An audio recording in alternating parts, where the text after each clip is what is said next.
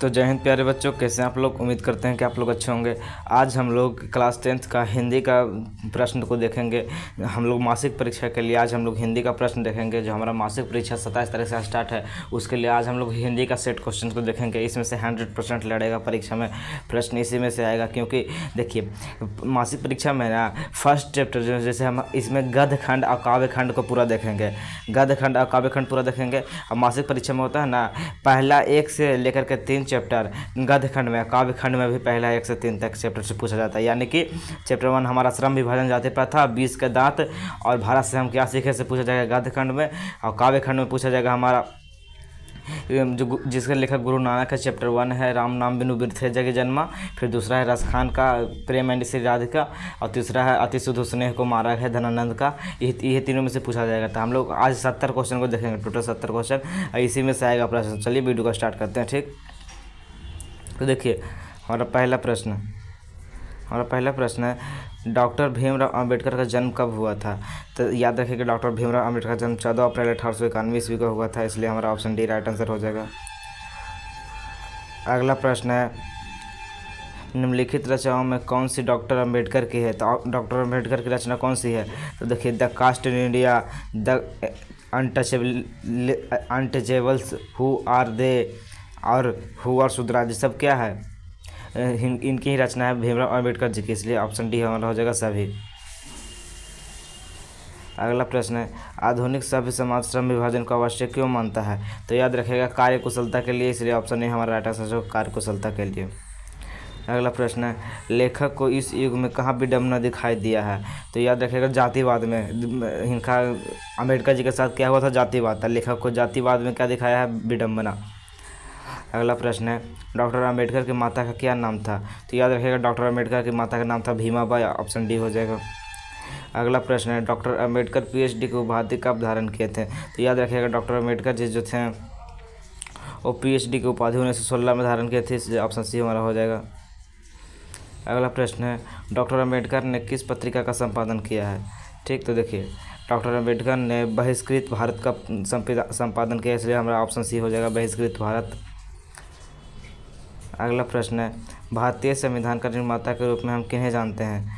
तो हम लोग भारतीय संविधान का निर्माता यानी कि संविधान का निर्माता लेखक कहते हैं भीमराव अंबेडकर जी को, इसलिए ऑप्शन हो जाएगा बी हमारा राइट आंसर।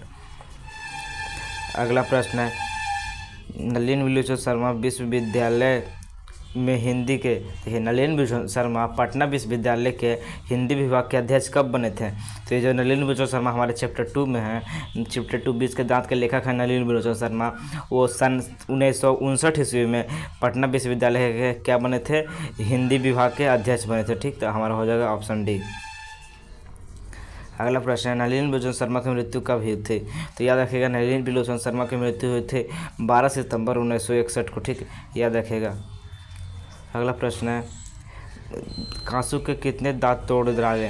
मदन ने कासू के कितने दांत तोड़े थे। तो याद रखिएगा मदन ने कासू के 2 दांत तोड़ दिए थे। ठीक, अब आपको ये याद रखने के लिए याद रखेगा ये जो हमारा है नलिनी विलोचन शर्मा की मृत्यु, देखिए इसका याद रखने का ट्रिक क्या है। नलिनी विलोचन शर्मा का जन्म हुआ था 1916 में, याद रखेगा 1916 में। इनका मृत्यु हुआ था 1961 में, यानी कि पलट दिया जाता है। देखिए 16 को 61 में पलट दिया जाए, जन्म हुआ था 1916 में, मृत्यु 1961 में। ठीक, मदन ने 2 दांत तोड़ा था कासू का। अब अगला प्रश्न देखिए। अगला प्रश्न है सेन साहब के बैंक से ऐंठ कर रह गए पत्रकार महोदय के बैंक से। मतलब कि सेन साहब किसके बैंक से ऐंठ कर रह गए थे, तो पत्रकार महोदय के बैंक से, इसलिए ऑप्शन ए हो जाएगा। अगला प्रश्न है नलिनी विलोचन शर्मा का जन्म कब हुआ था। हमें अभी आपको बताया कि 1916 में उनका जन्म हुआ था और मृत्यु हुआ था 1961 में। ठीक है, तो ऑप्शन ए बी हमारा हो जाएगा राइट आंसर 1916। अगला प्रश्न है नलिनी विलोचन शर्मा का जन्म कहाँ हुआ था। तो याद रखिएगा बदरघाट पटना में हुआ था, बदरघाट पटना में हुआ था नलिनी विलोचन शर्मा का जन्म। अगला है 20 के दांत की कहानी का रचयिता कौन है। तो 20 के दांत कहानी के लेखक यानी रचयिता कौन है। तो 20 के दांत के नलिनी विलोचन शर्मा है, इसलिए ऑप्शन बी हो जाएगा नलिनी विलोचन शर्मा। आपको लेखक और चैप्टर का नाम याद रखने का ट्रिक बता देंगे। ठीक, आपके लिए जल्दी आ रहा है। मतलब जैसे हमारा चैप्टर 1 हो गया श्रम विभाजन जाति प्रथा, तो इसके लेखक भीमराव अम्बेडकर जी हैं। तो लेखक के नाम याद रखने का ट्रिक हम आपको जल्दी देने वाले हैं। जैसे हमारा चैप्टर 2 होगा 20 के दांत, इसके लेखक नलिनी बिलोचन शर्मा है। तो इसका आपको ट्रिक बताएंगे कि 20 के दांत यानी कि 20 के दांत यानी कि 20 किसके पास होता है, सांप के पास। और सांप के दांत 20 के दांत यानी 20 सांप के दांत जहरीला होता है, 20 से भरा हुआ होता है। तो 20 यानी कि सांप, सांप यानी कि जिसका आँख नीला होता है, सांप के आँख क्या होता है, नीला। तो नलिनी बिलोचन, बिलोचन माने आँख होता है, तो नलिनी बिलोचन शर्मा। इस प्रकार से हम आपको हर चैप्टर का ट्रिक बता देंगे, ठीक। अगला प्रश्न, नलिनी बिलोचन शर्मा का जन्म कब हुआ था? नलिनी बिलोचन शर्मा का जन्म कब हुआ था? याद रखिएगा 1916 में हुआ था। अब मृत्यु पूछे तो 61 में हुआ था, ठीक, 1961 में। अगला प्रश्न है, मेघदूत का जर्मन भाषा में अनुवाद मैक्स मुलर ने किस भाषा में की थी? देखिए, मेघदूत का मैक्स मुलर ने किस भाषा में अनुवाद किया था? तो याद रखिएगा जर्मन भाषा में किया था, इसलिए ऑप्शन डी हो जाएगा राइट आंसर। अगला प्रश्न, मैक्स मुलर को वेदांतियों को वेदांती किसने कहा था? तो देखिए, मैक्स मुलर को वेदांतियों का वेदांती स्वामी विवेकानंद जी ने कहा था, इसलिए ऑप्शन बी हमारा हो जाएगा स्वामी विवेकानंद। अगला प्रश्न है, जनरल कनिंघम का संबंध किससे है? तो देखिए, जनरल कनिंघम का संबंध पुरातत्व से है, इसलिए ऑप्शन सी हो जाएगा पुरातत्व। अगला है, 172 दारिश नामक सोने का सिक्का सा घड़ा मिला था, तो किस कहाँ मिला था? तो वाराणसी में मिला था, ठीक। 172 दारिश नामक सोने से सिक्के का घड़ा मिला था कहाँ? तो वाराणसी में। अगला प्रश्न है, सर विलियम जोन्स भारत की यात्रा कब की थी? तो याद रखेगा सर विलियम जोन्स था और भारत की यात्रा किया था 1783 ईस्वी में, ऑप्शन डी हो जाएगा 1783। अगला प्रश्न, मैक्स मुलर ने खाली स्थान वर्ष की अवस्था में लिपजिंग विश्वविद्यालय में संस्कृत का अध्ययन आरंभ किया था? तो याद रखेगा 18 वर्ष की अवस्था में किया था, इसलिए हमारा हो जाएगा ऑप्शन डी राइट आंसर 18 वर्ष। अगला है, मैक्स मुलर की मृत्यु कब हुई थी? तो याद रखेगा मैक्स मुलर की मृत्यु 28 अक्टूबर 1900 ईस्वी का हुआ था।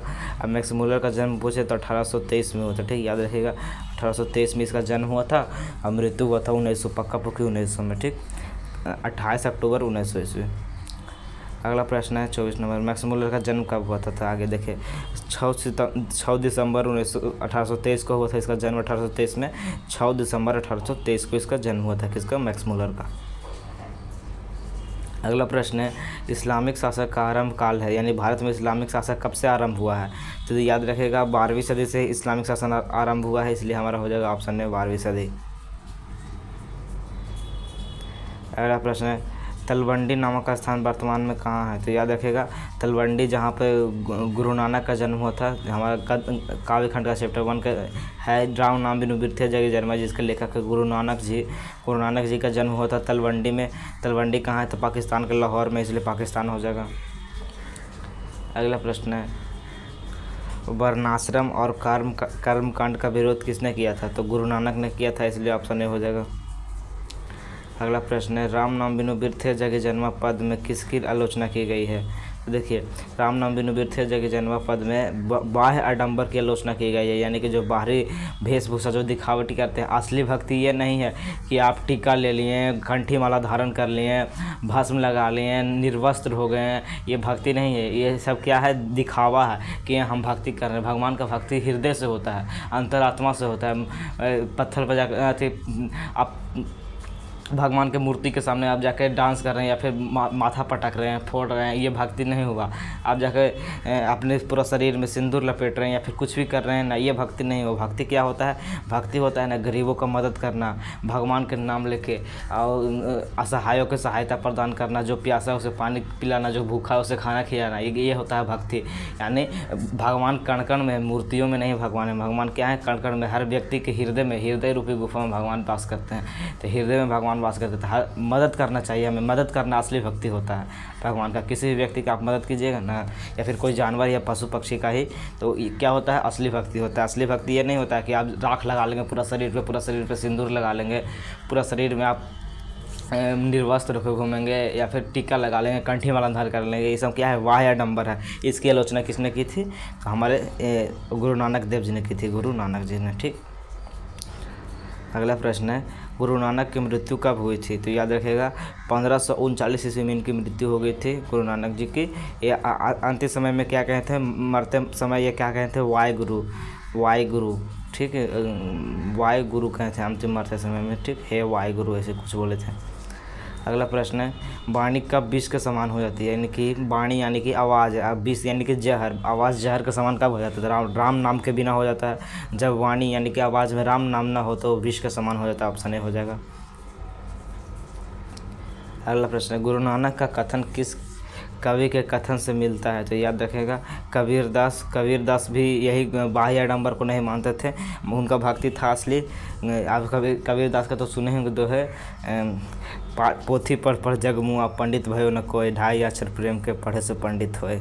कबीरदास के आप लोग दोहा जरूर सुने होंगे, या फिर पिछले अध्याय कक्षा 5वां या 6वां में पढ़ने के लिए था इनका दोहा, ठीक।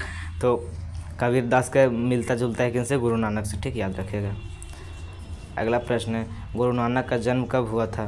तो याद रखिएगा गुरु नानक का जन्म 1469 ईस्वी में हुआ था, इसलिए ऑप्शन सी हो जाएगा 1469 ईस्वी।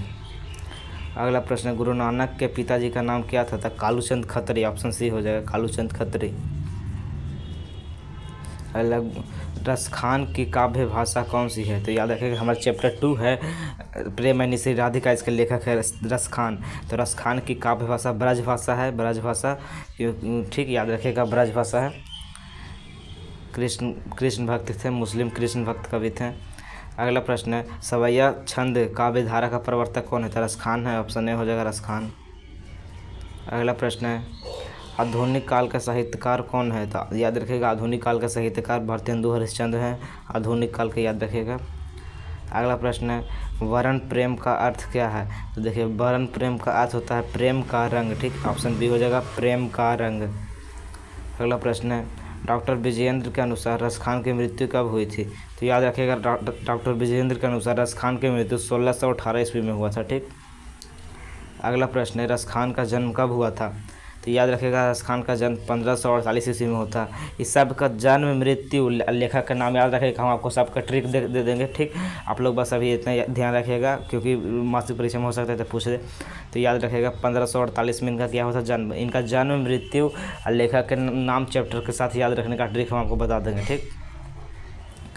अगला प्रश्न है, प्रेम श्री राधिका में कितने दोहे संकलित हैं? तो देखिए याद रखिएगा प्रेम श्री राधिका में 4 दोहे संकलित हैं। इसका याद रखने का ट्रिक क्या है? तो देखिए प्रेम श्री राधिका, इसमें कितना वर्ड है ये देखिए, Prem 1 word, Annie 2 word, Shri 3 word और राधिका 4 वर्ड, यानी कि 4 शब्द है, इसलिए 4, ठीक। अब अगला प्रश्न देखते हैं। अगला प्रश्न है, रसखान किस विषय में सिद्ध थे? तो याद रखिएगा सवैया छंद में सिद्ध थे, इसलिए ऑप्शन ए हो जाएगा सवैया छंद में, ठीक। अगला प्रश्न है,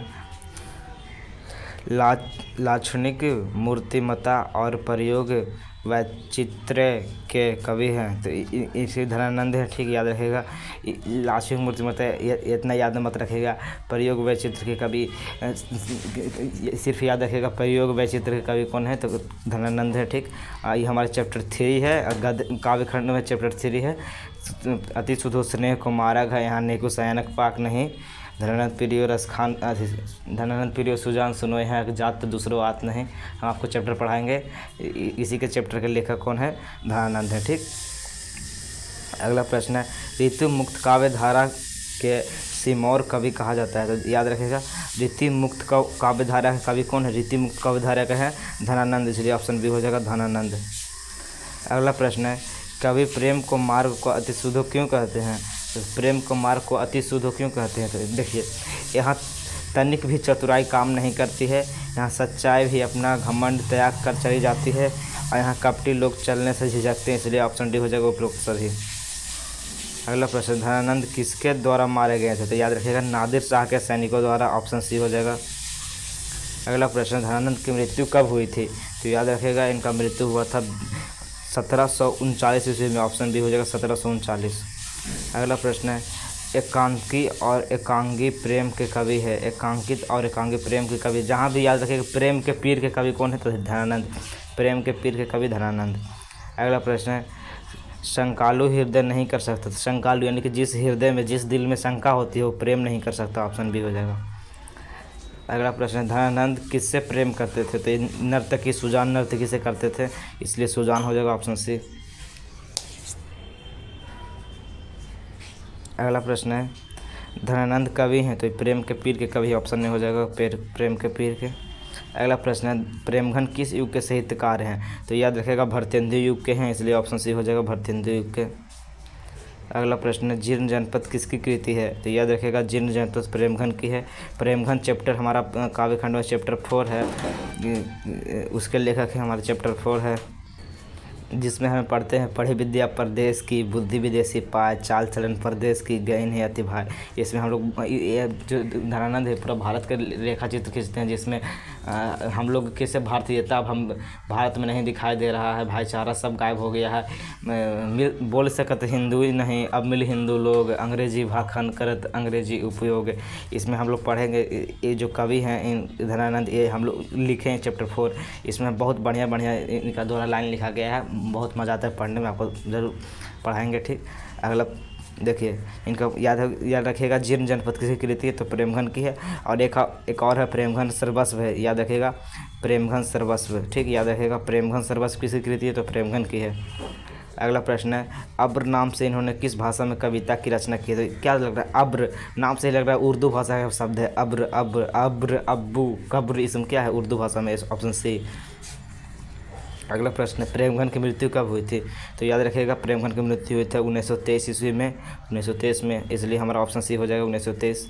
अगला प्रश्न है, लास्ट प्रश्न है, प्रेमघन का जन्म कब हुआ था? तो याद रखिएगा इनका जन्म हुआ था 1855 ईस्वी में। ठीक, प्रेमघन का। ठीक, तो उम्मीद करते हैं आपको समझ में आया होगा। ये जो हम लोग 70 क्वेश्चन देखे हैं, ये 70 में से पूछा जाएगा मासिक परीक्षा में आपका।